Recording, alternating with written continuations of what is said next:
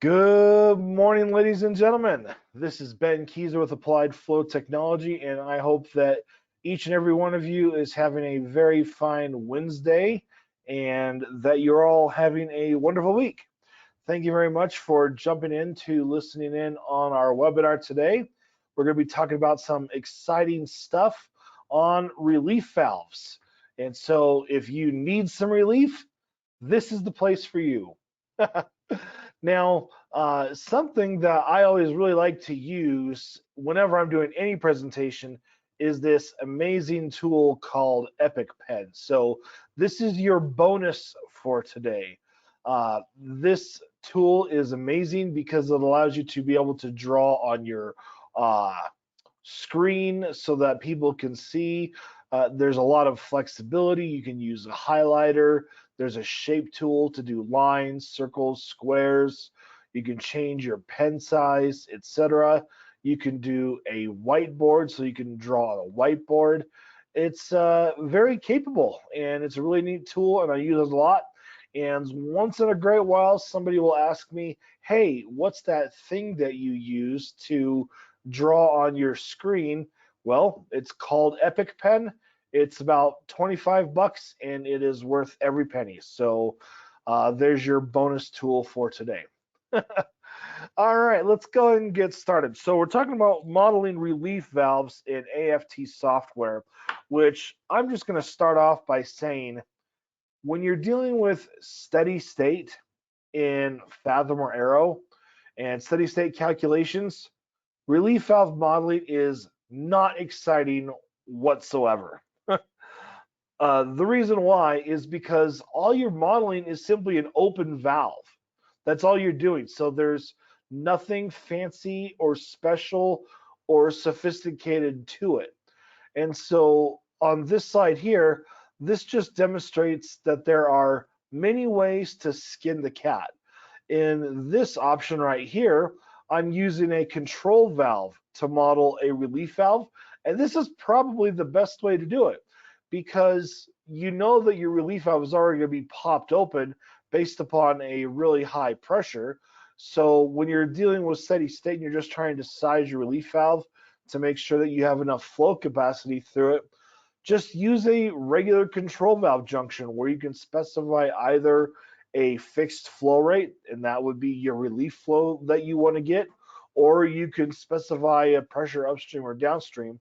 But most likely you're going to use a flow control valve in that situation. So that is the best way to be able to model a relief valve because when AFT software runs the model, it's going to calculate what the required pressure drop needs to be. That's a DP. There we go.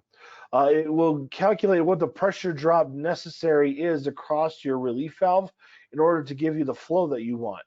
And then once the pressure drop is known and the flow is known, then it will calculate a CV value.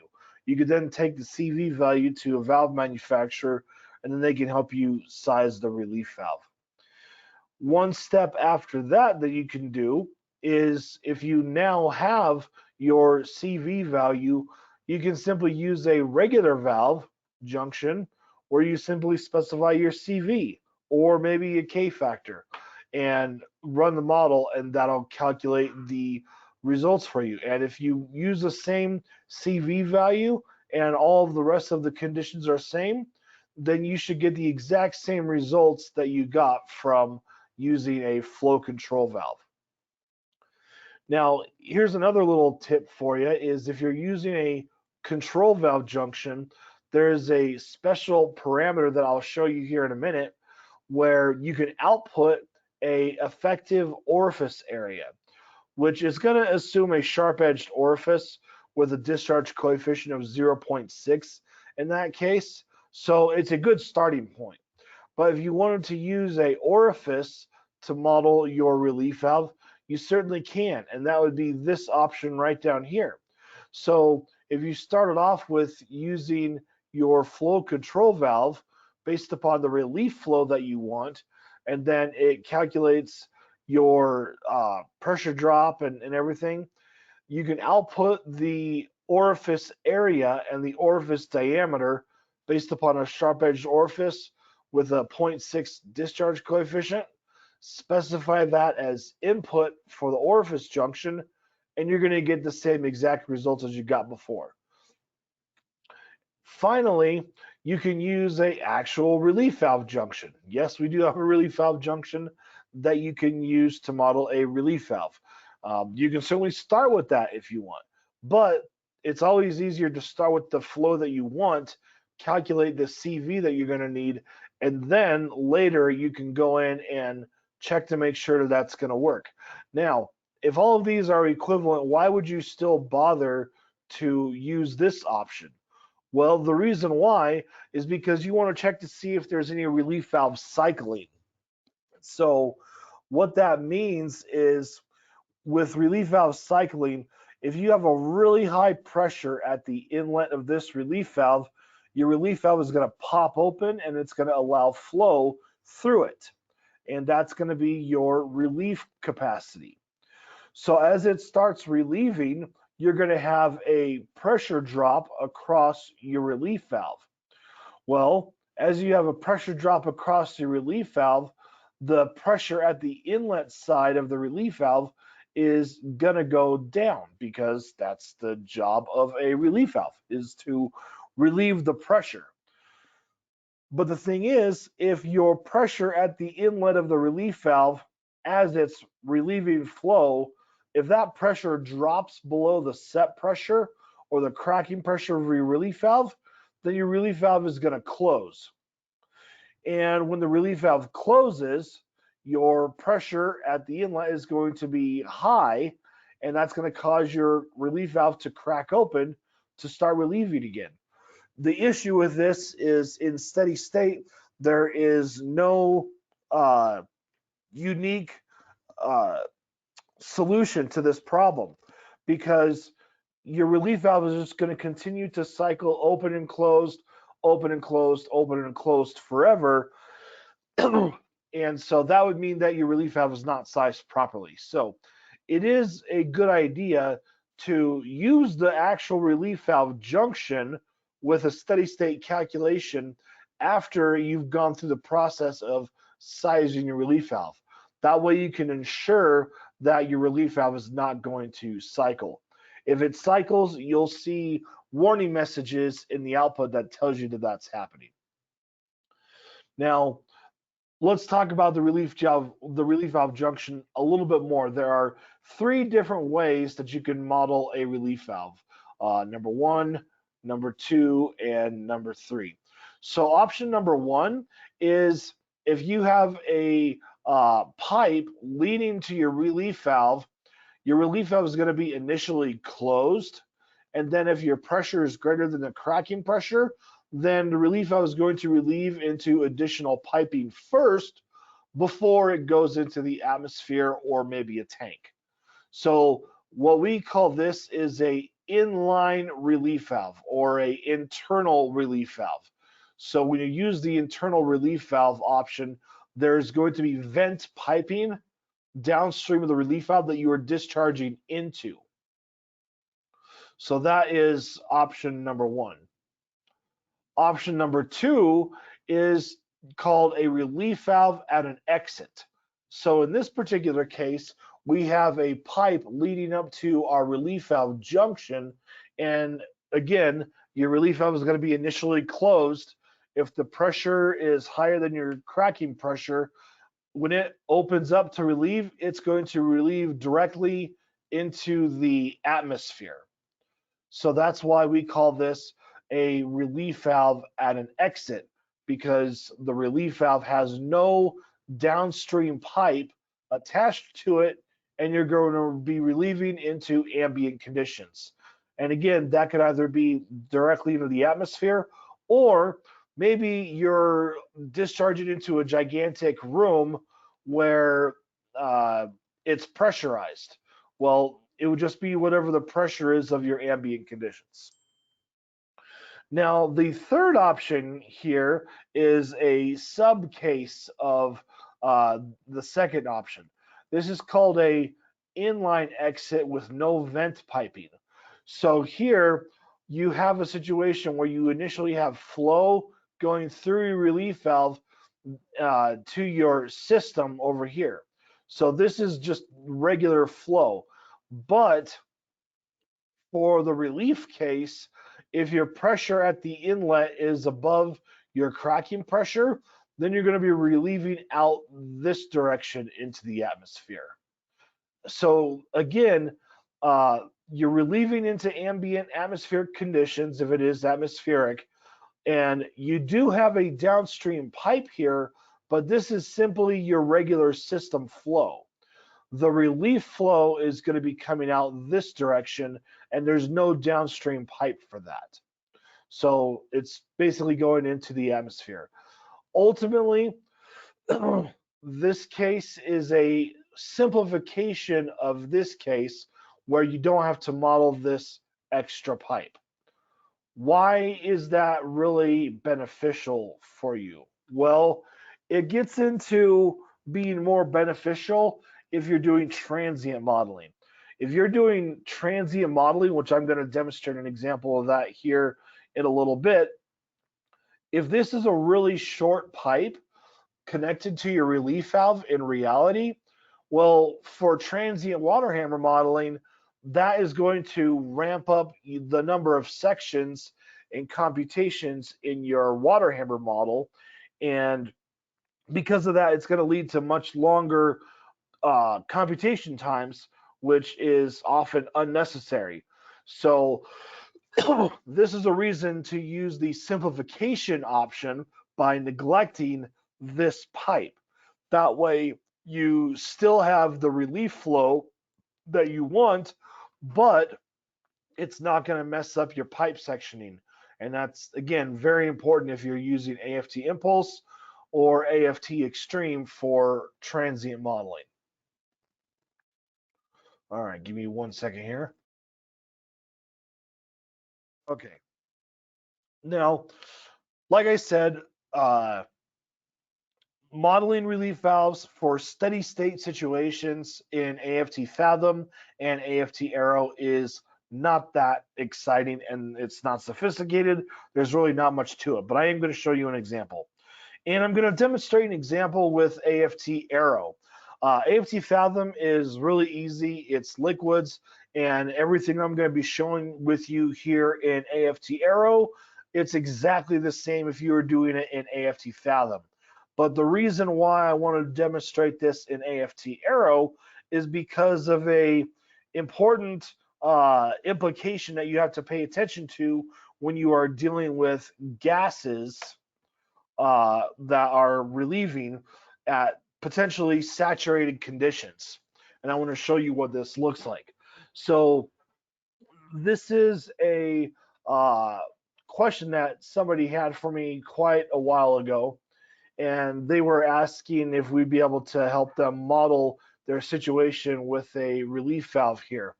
So what they had is a steam drum with saturated steam at 450 psig and 460 degrees Fahrenheit. The piping is fairly short. We've got 1.2 feet, 1.3 feet, and 8.4 feet. And we start off with a 6-inch diameter pipe, and then it relieves into a 8-inch diameter pipe, and then it simply discharges out the atmosphere. Now, a couple of questions that you might have is how to take the loss calculations into account for the fittings in particular.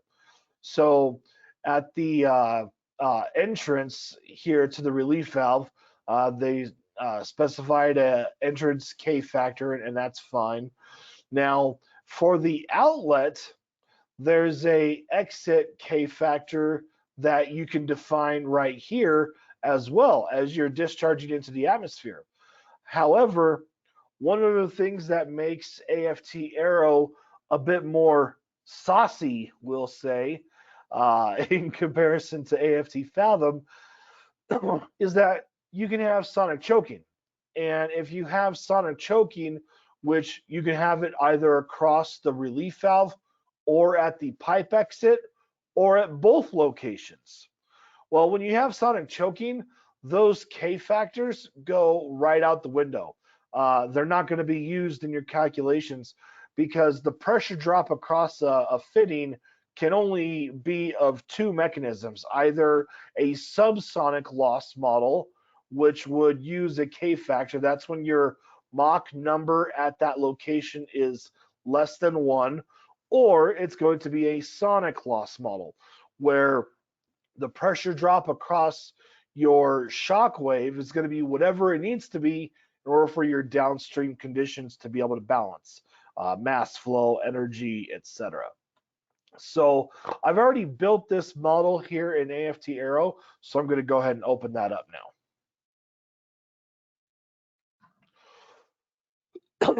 Okay, let me get to the proper scenario first.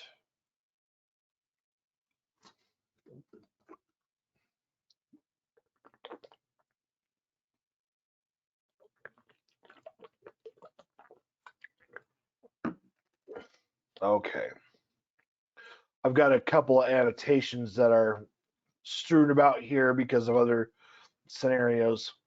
So here's my setup. I'm going to focus on this system, and then I'll show you the differences in the others. So here we have 566.5 PSIG, and it's using 483 degrees Fahrenheit for the temperature.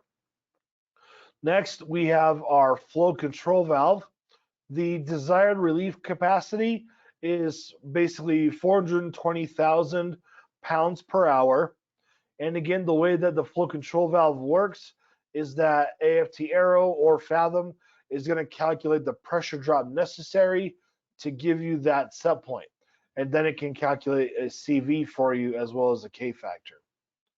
And then finally, we're going to be discharging out the outlet into atmospheric conditions. And that is what we're doing. Now, a nuance I want to talk about really quick with AFT Arrow is the various fluid modeling options.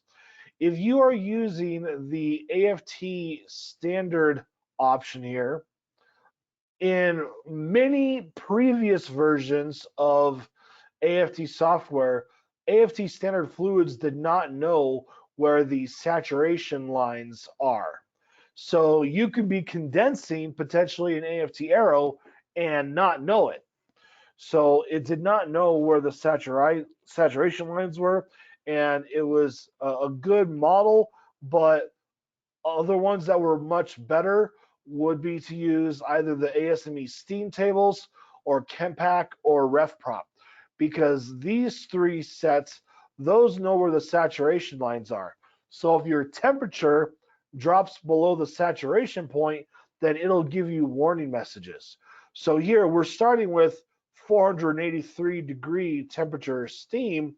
Well, for compressible flow, your temperature is going to drop, and potentially significantly, as the compression process happens. And so it's likely that your temperature might drop below the saturation temperature. And when that happens, then you'd be condensing, and then the results for AFT Arrow go out the window because AFT Arrow does not model saturated conditions. It's specifically designed for modeling single phase flow for superheated gases. So if you're using AFT standard steam, be careful.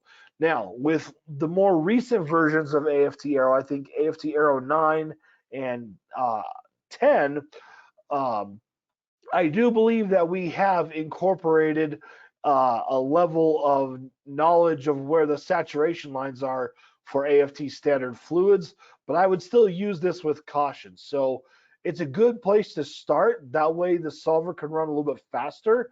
It's more robust, and it's easier on the solver. And then as you start to get preliminary results, then later you can start using the more sophisticated options, and it would be important to do so to make sure you're not saturated. All right, let's see what happens when we keep NIST RefProp specified.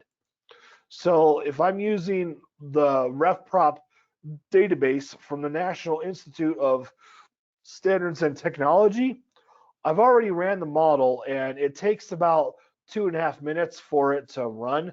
So I'm not going to sit here and just let it run in front of you. So we're going to look at the results that I already came up with. And really for this model, the results really don't matter. Like we can look at all the pressures and temperatures and velocities inside the pipes. None of that matters. The reason why is because you have some severe warning messages right here. You've got situations where your calculations can't even come to a convergence point. So that's a major problem. The other significant problem is that it says your fluid is no longer in the vapor phase because the fluid temperature is below the saturation temperature for the following pipes. And then it tells you exactly which pipes are below the saturation temperature. It tells you what the temperature is at that location and what the saturation temperature is at that location. Now, here's a handy little tool is if you go to the tools menu, you can come down to our fluid property viewers and open up Steam Calc. And so with Steam Calc here, we can do a very quick calculation to see what kind of fluid properties that we're dealing with. So if I go back to the workspace here and pull up our inlet, we're at 556 psig. So if I type in 566 and a half, change the units, 483 degrees Fahrenheit. This says that we are a gas, which is good. Let's make this 482 degrees Fahrenheit. Liquid. Well, that is bad for AFT Arrow. So the difference in 1 degree is the difference between being saturated and not saturated, and if you're going to be running into problems with your calculations. Sometimes if you have a lot of saturation going on, especially in AFT Arrow, the model may not even converge. And that's because, especially with using the more sophisticated thermophysical property data sets like RefProp and ChemPack and ASME steam tables, it's not able to get the fluid properties based upon pressure and temperature because we don't know what the quality is. So that's a major issue. And again, if I was to set this to 482 degrees up here, then Arrow would be able to know, hey, your inlet conditions are saturated. It's not going to model that, and it'll give you a clear warning at the beginning. But again, as the temperature drops along the flow path due to compressibility effects, then you're going to run into saturation problems. So what that means is all of the results that you see here, basically garbage, not reliable when you have saturation going on. You need to eliminate that. And there's a number of ways that you can do it. And there's ways in AFT Arrow that can help you figure out how to get around that. And I'm just going to demonstrate one of those. But ultimately, it's coming up with values that we don't know if those are correct. The only way to know if any of these parameters are correct is if you had measurements where you can check to see if your pressures and temperatures of the measurements are lining up with what AFT Arrow is calculating. So basically, we're not going to be able to use the temperature of 483 degrees Fahrenheit. So one way that you can try to avoid saturation in this system is simply by changing the supply temperature. Now, that may not be something that you can do, but let's try it. Let's go with it. It's an iterative process where if you change the temperature until you don't get saturation anymore, that would help you determine what the minimum supply temperature needs to be to avoid condensation. So that's my next scenario.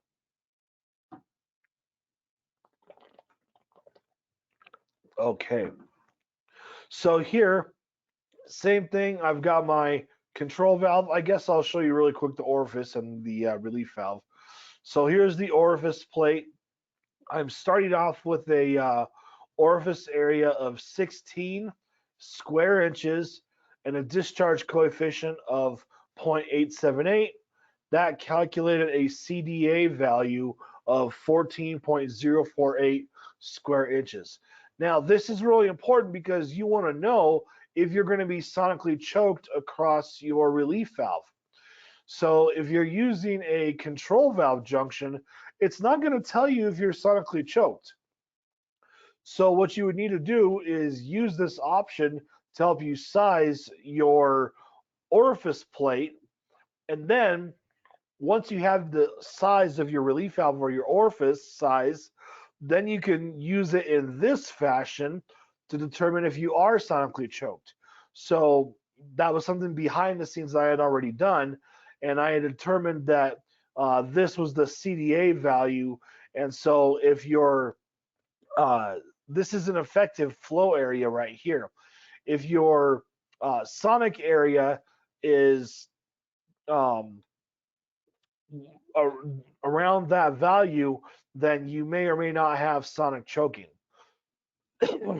So it's important to specify your CDA value. And then lastly, here's the relief valve junction. So with the relief valve, here I have a set pressure where my relief valve is going to crack open at 550 psig. And again, this is why relief valve modeling is not super exciting with steady state, because, yeah, we do have these profiles for opening and closing, but either your relief valve is going to be open or it's not. Here's where you can set your various options. If it's either a internal relief valve flowing into additional piping like this one is doing, or if your relief valve is at an exit, or if it's at an inline and then exiting. Okay, so here's my set pressure that tells the relief valve to crack open if the pressure is higher than that. And then my loss model is going to be using a CDA value. Now, we do have the API 526 designations that you can use, and so those are built into the software. Here, I'm just doing a user specified option where I entered in my orifice area of 16 square inches, and then my discharge coefficient, that calculated the CDA value, and then I specified the CDA value again for sonic choking purposes. Now, I'm not going to go into deep discussion on it right now, but I do want to highlight that this CDA value and this CDA value are not exactly the same as each other. They are the same values and can potentially represent the same things, but the thing I want to point out is that this is a subsonic model and this is a sonic model. So what that means is if the Mach number is less than 1 through your relief valve where you're not sonically choked, it's going to use this CDA value for the pressure drop across your relief valve. If it is sonically choked across relief valve, it's going to use this option, and those are essentially different equations, okay? So if you're subsonic, it's going to use a different equation than if you are sonic. Both S for sonic and subsonic, not that great of an abbreviation, but whatever. Okay, so that's how you can model your relief valve. All right, let's take a look at the results. So with the results, I don't have any warning messages telling me that my temperatures are below the saturation temperature. So that is awesome.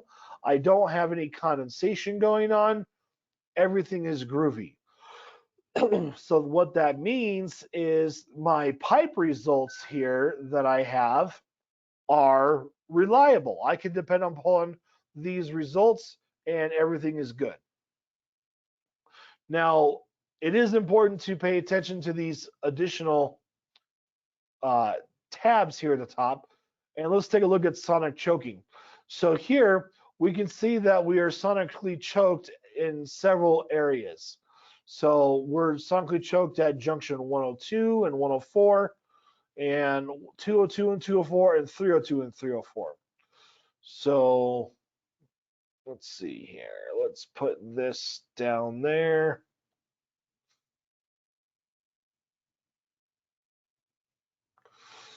Okay, interesting. Huh. Well,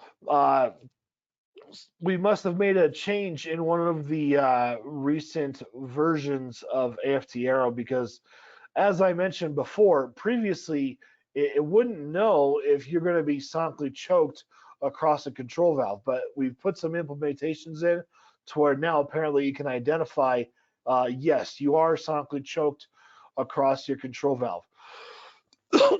Now, not only are we sonically choked across the control valve, we're also sonically choked at the outlet. So we have two sonic choking locations. Now, none of that is a problem for AFT Arrow. Your results are still completely accurate. AFT Arrow doesn't have any issue with that whatsoever. This is just telling you where you have a sonic shock wave, which is simply a discontinuity in pressure as you go from a Mach number of 1 and then back down to a subsonic Mach number downstream of the choke point. So Arrow is able to take all that into account just fine. We're also sonically choked across the orifice and our relief valve, as well as these outlets here. Now let's take a look at the valve summary really quick. I want to show you where you can see the orifice size based upon a control valve. So if you go into your output control window right here, and in my output control window, I go to the valves button. When you go to the valves button, you can add these two parameters to your list of displayed parameters. So here I've got my equivalent orifice area and then my equivalent orifice diameter. And again, this is assuming that it's a sharp-edged orifice with a discharge coefficient of 0.6. So when I add those two parameters in, we can now get a better feel for the size of our orifice. Now this is in square feet. I'm going to double click on that column header to make it square inches. And look at that. So we've got 5.5 inches in diameter for our orifice area or size, and then 23 square inches for the orifice area. So what did we use here? We used 16 square inches with a discharge coefficient of 0.878. Let's see. I did not come up with that value myself. The individual that was doing this calculation I was helping, they're the ones that specified the discharge coefficient and the area. So that's why it is a little bit different. Now, something to pay attention to is when you look at the relief flow rates, you have your control valve where your desires to get 420,481 pounds per hour, and your actual relief flow rate through both the orifice or the relief valve. Let me show this in a different way. Go back to that. And orifice. Okay. So here we've got our flow control valve, 420,000 pounds per hour. We have the relief valve, which is 433,000, and our orifice plate, which is also 433,000. So these values are the same and they're slightly different than the flow control valve. Well, that means that the size for the relief valve uh, discharge coefficient and area that was specified initially is going to produce a very slightly different relief capacity. That may or may not be okay, but here's a really useful way that you can fine tune that in AFT Arrow by using the goal seeking control module. So let me see if I have that going on in here. Da, da, da. Yes. Okay.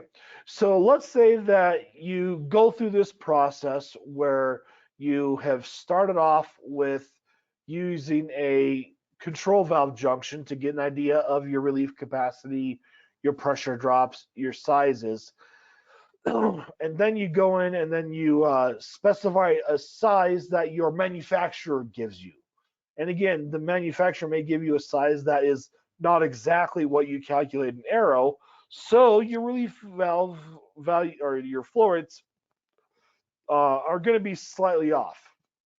Well, you can go back and you can use the goal seeking control module in AFT Arrow, which does automated iterating for you. So you could iterate on essentially the CDA value, the effective flow area, to get the results that you want. So that's exactly what I've done here, where for my orifice plate, you could do it for the relief valve as well, but I'm just ignoring the relief valve for now. I'm going to use only the orifice to refine the CDA, and I'm going to use it to change the CDA value. These are the parameters you can use, either CDA, CDA sonic or subsonic, diameter, loss factor, etc. And the goal that I want to be able to achieve is my relief flow rate. And so that will go through an automated iteration process for you to determine what the actual CDA value needs to be. And yes, I want to turn that on. All right. So we've got our V for variable for this object and G for goal in that object. And we'll run this. And I don't remember how long it takes this to run. Maybe not too terribly long here. We'll give it a few seconds. Looks like some people have sent in some questions here. Let's see. By itself, should a ruptured disc be modeled using the case 6 from the schematic? So case 6. Well, if your rupture, I would not use case 6 for your rupture disc because here the rupture disc would be going into the atmosphere. Well, you. I don't know if it might let you use the rupture disc option. If I was doing a rupture disc and it was discharging into the atmosphere, I would probably use that one. If you have downstream piping of your rupture disc, then I would use this one. But again, you can use any of these options just fine. And so they will give you equivalent results. That's one of the main things I'm trying to demonstrate here is that your results are exactly the same when you go through and you use the same sizes. So I would start here, just like with the relief valve if you were using a rupture disc. All right, let's see where our results are. Okay, so it looks like our relief valve open and it's still calculating. We've got a couple other questions in here. AFT Steam Calc is available for Arrow. Yes. In fact, in Arrow 9, Fathom 12, and Impulse 9, and AFT Extreme version 2, those versions were where we included AFT Steam Calc into each of the software applications themselves. So now with our latest versions, you can access SteamCalc with any AFT application. Also, the Chempack viewer you can access with any AFT application. Now for Chempack, you do have to have a license of the Chempack database. So you still have to purchase the Chempack database in order to use the Chempack viewer, but the viewers are now available directly within AFT software. Let's see. So what I imagine is happening here is that our relief valve is potentially cycling, and it's going to take a while until it gets results. So what I'm going to do is I'm going to just close that guy down and ignore it and see if that goes faster with just dealing with the orifice plate. All right, we got another question here. For a PSV, I'm guessing you're meaning pressure safety valve.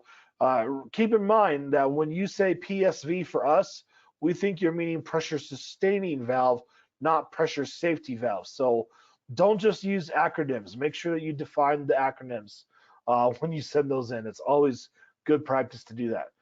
All right, so for a pressure safety valve with outlet piping discharging to a closed system, i.e. a large header with an internal back pressure, which of the cases will this fit into?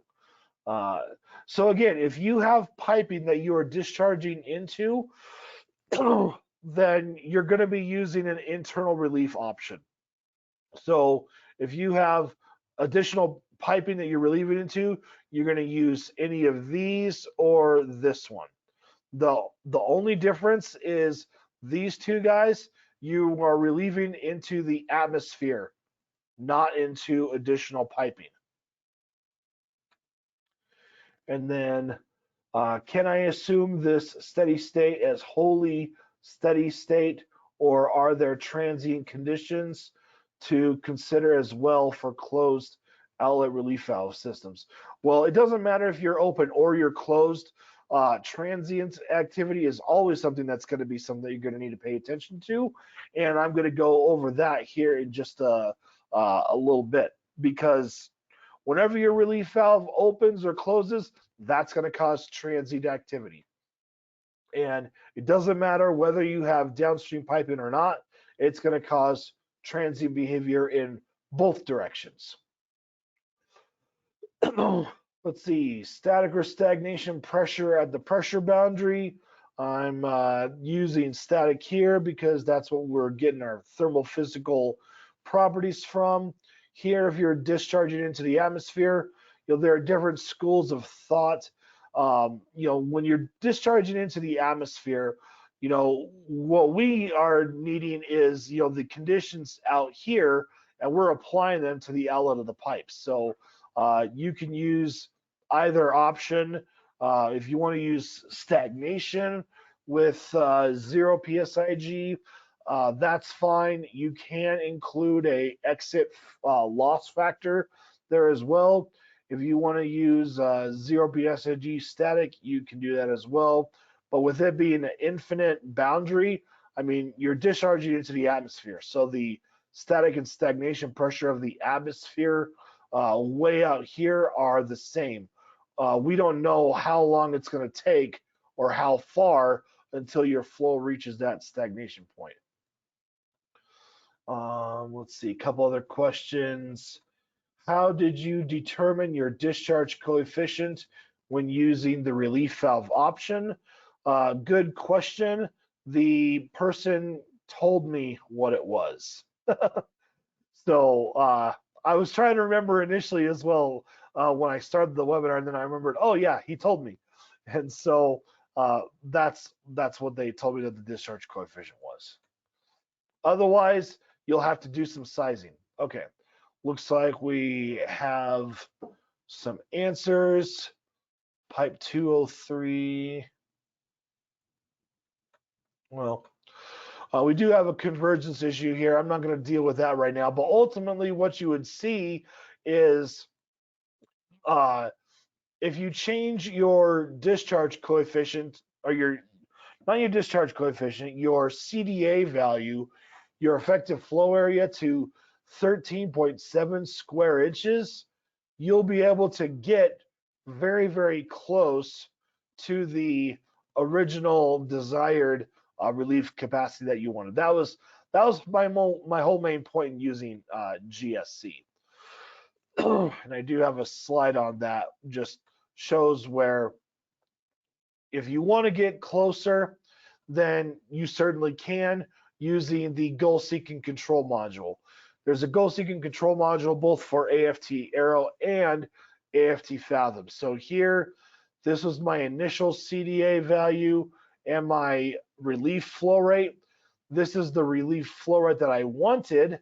And so by adjusting that to 13.7 square inches, we can get that dialed in much closer. So GSC is an excellent tool that will help you with that. And here are the results that we see with our calculations. So what you'll see here is that the results are exactly the same once I dialed in the CDA values using the goal seeking control module. So when I use those options, we can see here that the relief flow rates are very, very close to what we were originally desiring by using the control valve option. When you compare the pressure drops across the relief valves, they are exactly the same, as are all of the pressures and temperatures and flow rates in the piping. So you can see what the velocities are in each of the pipes. They're all the same. So multiple ways to skin the cat. And again, when you're dealing with steady state, just start with the flow control valve. It's easy. It's the easiest way to do it. Start there, get a feel for what your results are. If you're using AFT Arrow, make sure you're not encountering saturated conditions. And then once you know your pressure drop and your flow rate, then you can start finding a CDA value that will fit an orifice size to give you the same results. Once you use your orifice, if you want to go further, then you can use the actual relief valve junction, where you just are using that option to check and make sure that once you start relieving and your relief valve is opened, you want to make sure that your pressure does not drop below the cracking pressure, which would cause your relief valve to cycle. So again, if I go back into my relief valve junction here, as that relief valve pops open, if the pressure at the outlet of this pipe right here drops below your cracking pressures, then that means that you're going to have relief valve cycling. So that is a good reason to use that for one last quick steady state check. What is the difference between CDA and CDA sonic versus subsonic for GSC variables? Very good question. I'm not going to get into that right now. That's kind of an in-depth question that takes a bit more time to talk about. Again, what they're asking is the difference between this CDA value, which is subsonic, and then this value, which is sonic. Okay, so if you go to the help file for AFT Arrow, you can read about those differences. And actually, right here, it talks about that. So CDA for sonic choking, this is where you can read through the description of those differences. So you can actually now find all of our help files right on our website, which is amazing. You don't have to actually open the software to find the help file. So here's all of the latest help files. Here's for AFT Arrow. You can simply do a search for CDA, and then you can go to the first article here, orifice CDA and sonic choking. Oops, not that article, that's an example, which is a good example. You should look at that.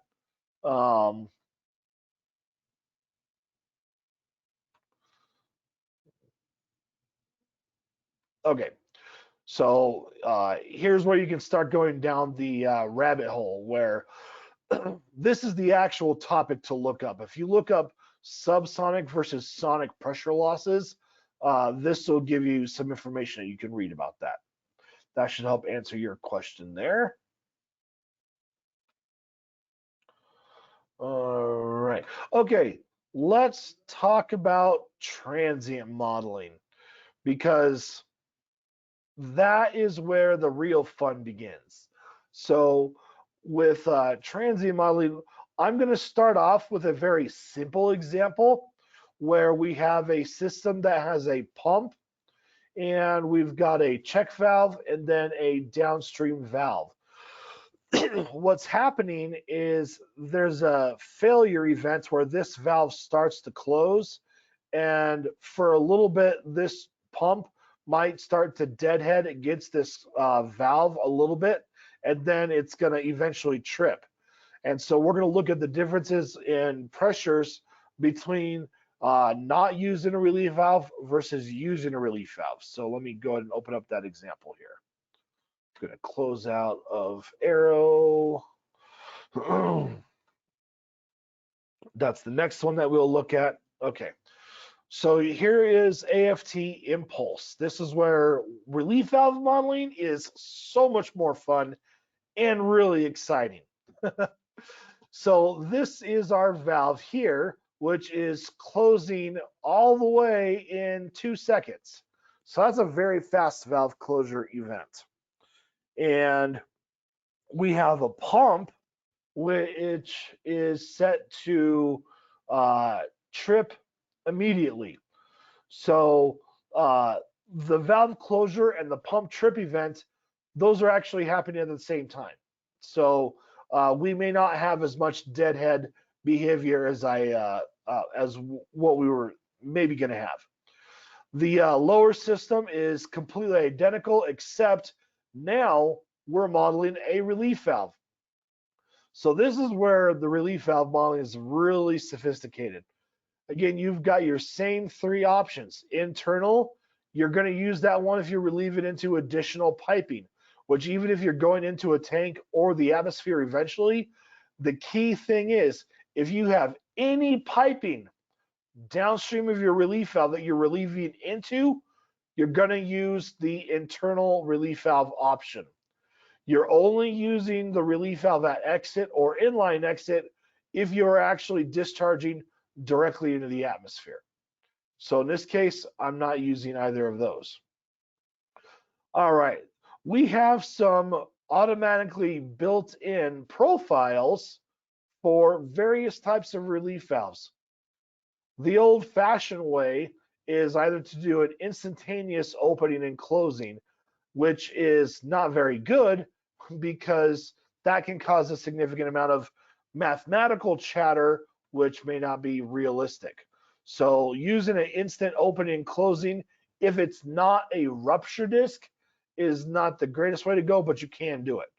The next best is usually based upon time. So way back in the days of Impulse 4, 5, maybe Impulse 6, this was the traditional way that you would model your relief valve behavior, is with a simple time transient. You'd be modeling your relief valve where when the pressure is greater than a certain value, your relief valve opens, and then when the pressure drops below a certain value, it closes. And this profile for your CV versus time, it could be linear, it could be instantaneous, or it could be nonlinear. So you did have a good amount of flexibility with that. But Over time, we've implemented some better models for relief valves.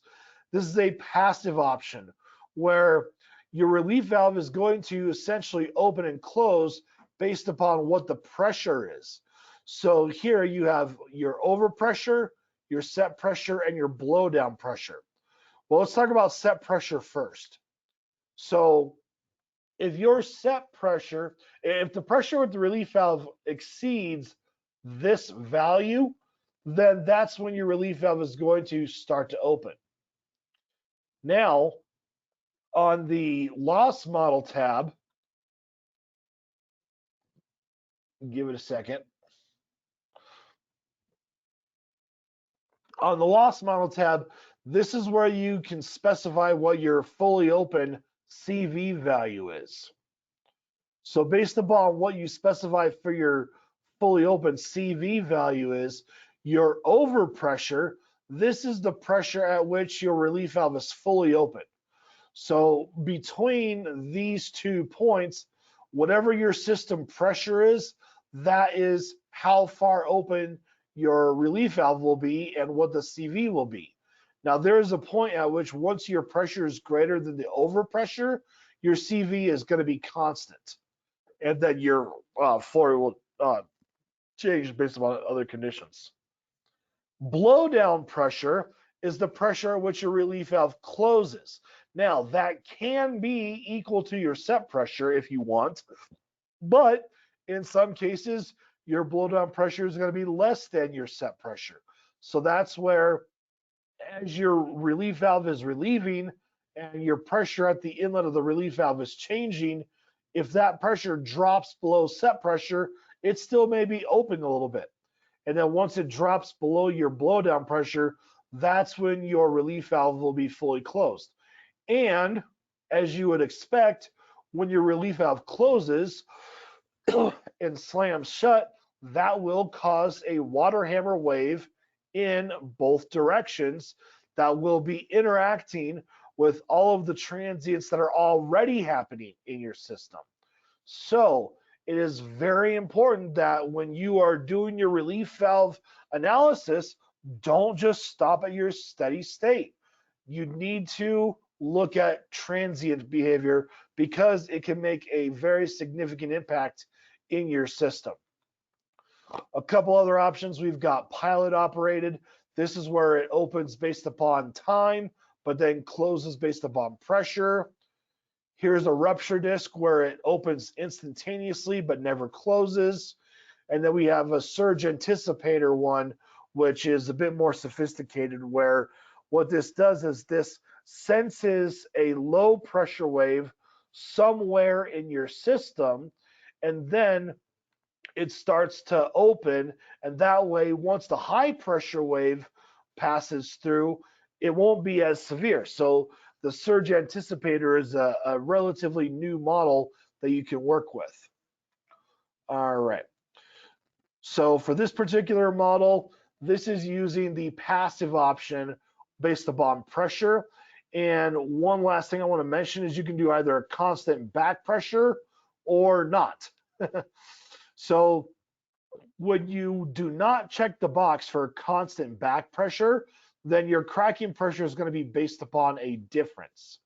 If you check the box for a constant back pressure, or if it's like if your relief valve has a bellows type of a device, then in that particular case, you can specify what your set pressures are exactly, and you can do them in PSI-A or PSI-G, however you want to do that.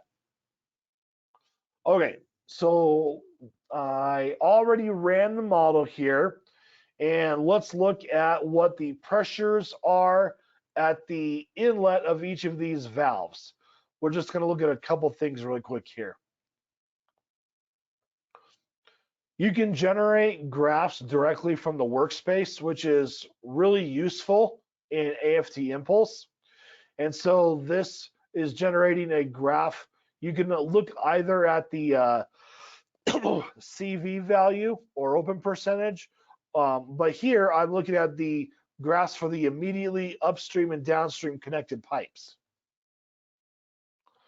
Now this does give me a bit of additional data. I'm going to turn off the inlet, which is the downstream side of the valve, and we're just going to look at what the upstream pressure at the valve is. And we'll look at one at a time. So when we do not have a relief valve in place, we can see here that our pressures get pretty high. We're decently well above 400 psi in that case. And once that relief valve closes, we can see a significant amount of oscillation while the pump is still on its spin down cycle as it's tripped.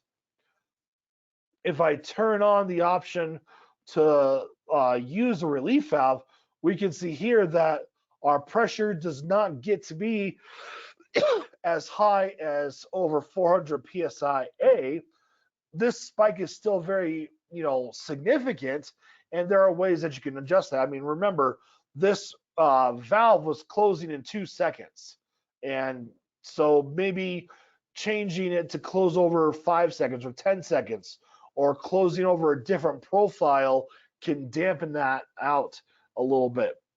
But we can see that it also, the relief valve presence helped bring that pressure down, as well as the oscillation pressure as well. So the relief valve is doing a very fine job at relieving the system pressure.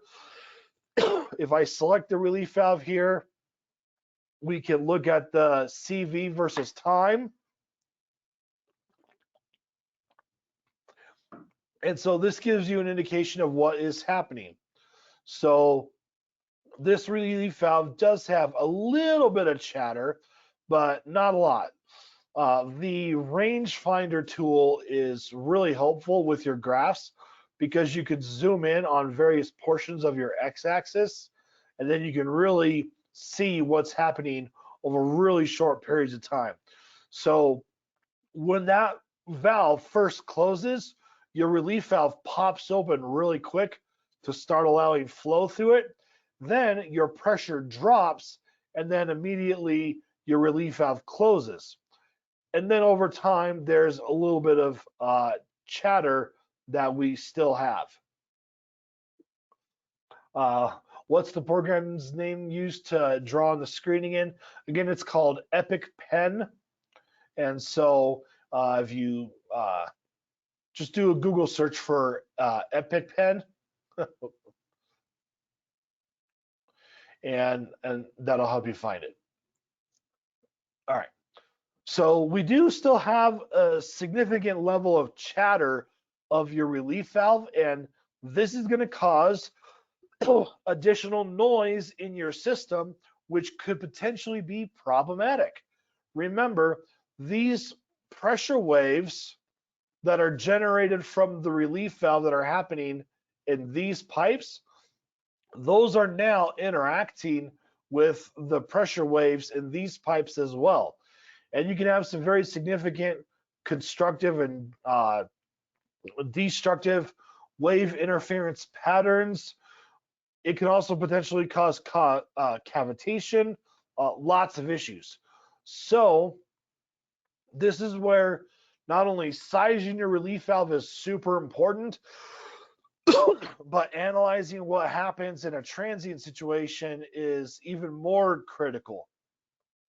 If you go to the loss model tab on the relief valve window, for transients with impulse, you can specify opening and closing rate limits. So this is really important because when the relief valve is responding, it's simply looking at what the pressure at the relief valve inlet is, and then based upon whatever that pressure is between your set pressure and your overpressure, that's going to dictate your CV value. Here's why this is important to pay attention to, because at a certain time step, maybe the pressure is right here, and let's say that this is a CV of 1,000. and then at another time step, the very next time step, let's say it's here, well, that would mean that your CV would be 2000. So what that means is in one time step, let's call it a millisecond or 10 milliseconds. That's typically the order of how big your time steps are with AFT impulse and fast transients. In 10 milliseconds, that's saying that your CV can go from 1,000 to 2,000. Maybe that's 20% open to 100% open, 100% open in a very, very fast period of time where it's physically impossible for your relief valve to respond that quickly. It's not realistic. Well, that's where you can specify the rate limits for opening and closing. So if your CV change from one time step to another is greater than the limiting value, then it'll simply use the limiting value. That way, it's not making unrealistic jumps in CV. So rate limits are really important to use. All right, now I want to show you one last example, and this really demonstrates the importance of transient modeling for your relief valves. I have this system here that has 3 pumps operating in parallel, and for whatever reason, they're operating at 115% speed. I don't know why, that's what they're doing. So they're operating at a really high speed. They're at about, 100, what proximity to the BEP is that?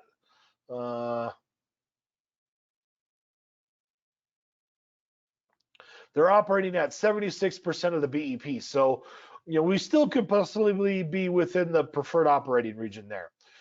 Now, our relief valves here are not relief valves. These are our control valves where usually they are intended to control to 1,400 gallons per minute. So these two control valves are 1,400 gallons per minute each. Note that this is 12-inch piping while this is 16-inch diameter piping.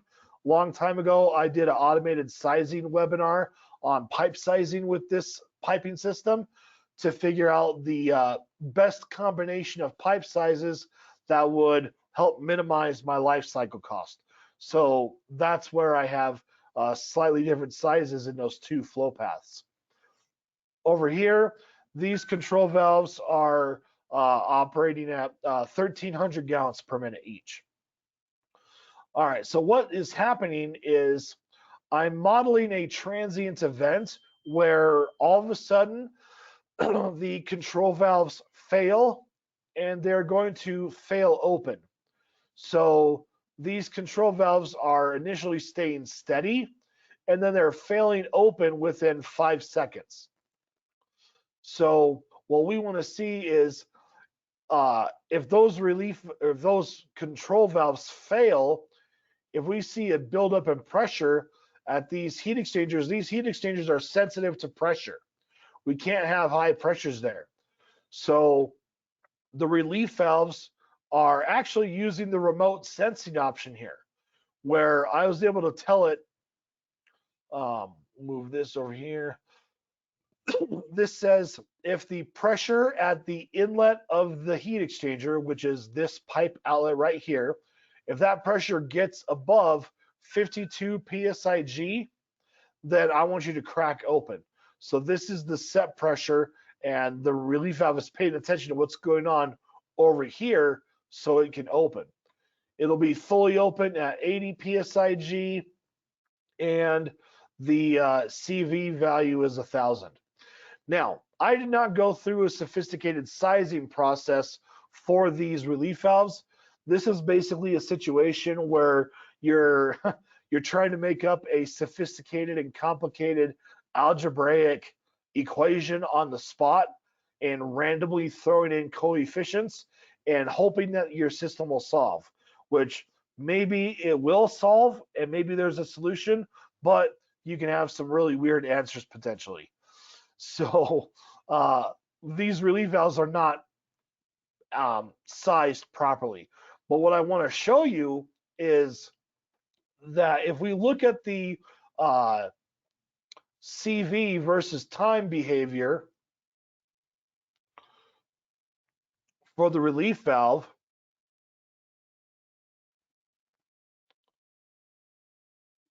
there we go. We can see that there is a lot of chatter and a lot of noise. This is bad. You really don't want to have this going on for your relief valve. This is going to cause a lot of problems. Why is there so much noise and chatter going on? Well, if we look at the pressures upstream and downstream, what we'll see is that we've got some cavitation going on.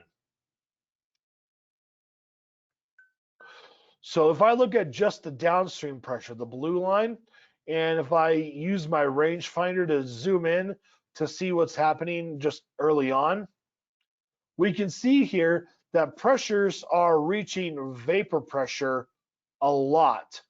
So the pressure downstream of the relief valve, that hits vapor pressure all the time, and that's causing some significant pressure spikes once those vapor cavities collapse. And so that's going to have an impact also on the upstream pressure. So this is just a very good example that demonstrates why you need to use transient modeling to look at your relief valves as well. Steady state is not good enough because you might think that you size your relief valve fine, but here's the thing. You size your relief valve for a particular state where during transients, your conditions are changing. So your pressure loss across the relief valve might be so great where you start having cavitating situations, and that cavitation is going to cause a lot of noise and potentially really high pressure spikes that are going to feed in to the rest of your system. So if I look at the pressure at the inlet of this heat exchanger, we can see that, yeah, we have a relief valve to try and help relieve pressure, but this is still going to cause major problems. And, our relief pressure was about 50, well, this is PSIA, it's not the right units. But anyway, the pressure is definitely exceeding what the set pressure of our relief valve is, and we are still seeing pressures well above 100 PSIA at the inlet of the heat exchanger and a whole bunch of noise. That's really not good. Now, is this realistic? Who knows? That's a whole other 2-hour-long webinar on how to evaluate cavitating behavior. The idea is to not try to evaluate the cavitating behavior. The idea is to try and eliminate the cavitating behavior. So maybe playing with the relief valve sizing will help you with that. Now, again, I didn't go through a really sophisticated sizing process. I just bumped up the pump speeds to get the pressures in the system high enough so that way if these control valves pop all the way open, so that way the heat exchangers are seeing the relatively high pressure, I needed to do that just so that these relief valves could pop open for demonstration purposes. But if I was doing a better or if I did more of an investigation and sizing for these relief valves, again, you can use control valves to start, then you be able to get a better relief valve design, but you still want to make sure you check it in transient to make sure that it's going to do what it needs to do and that your relief valves do not start causing all sorts of other problems in your system. All right, well, that is what I had for today. Thank you all very much for your time. I just want to point out that you can find tons of amazing resources on our website. You can learn about all the various software options that we offer. AFT.com under the products. Start with the AFT software overview menu, and this is where you can get a good high-level picture of our various software options that you can work with. You can find tech support, consulting services that we provide. Our learning center is really helpful where you can see our upcoming training seminars, case studies, tech papers, tips and tricks articles, and our webinars, amongst many other things. So be sure to check all that out when you have a chance. And if you have a question, please don't hesitate to get into contact with us, and we will be glad to help. Thank you all very much, and have a wonderful rest of your day, and have a great week.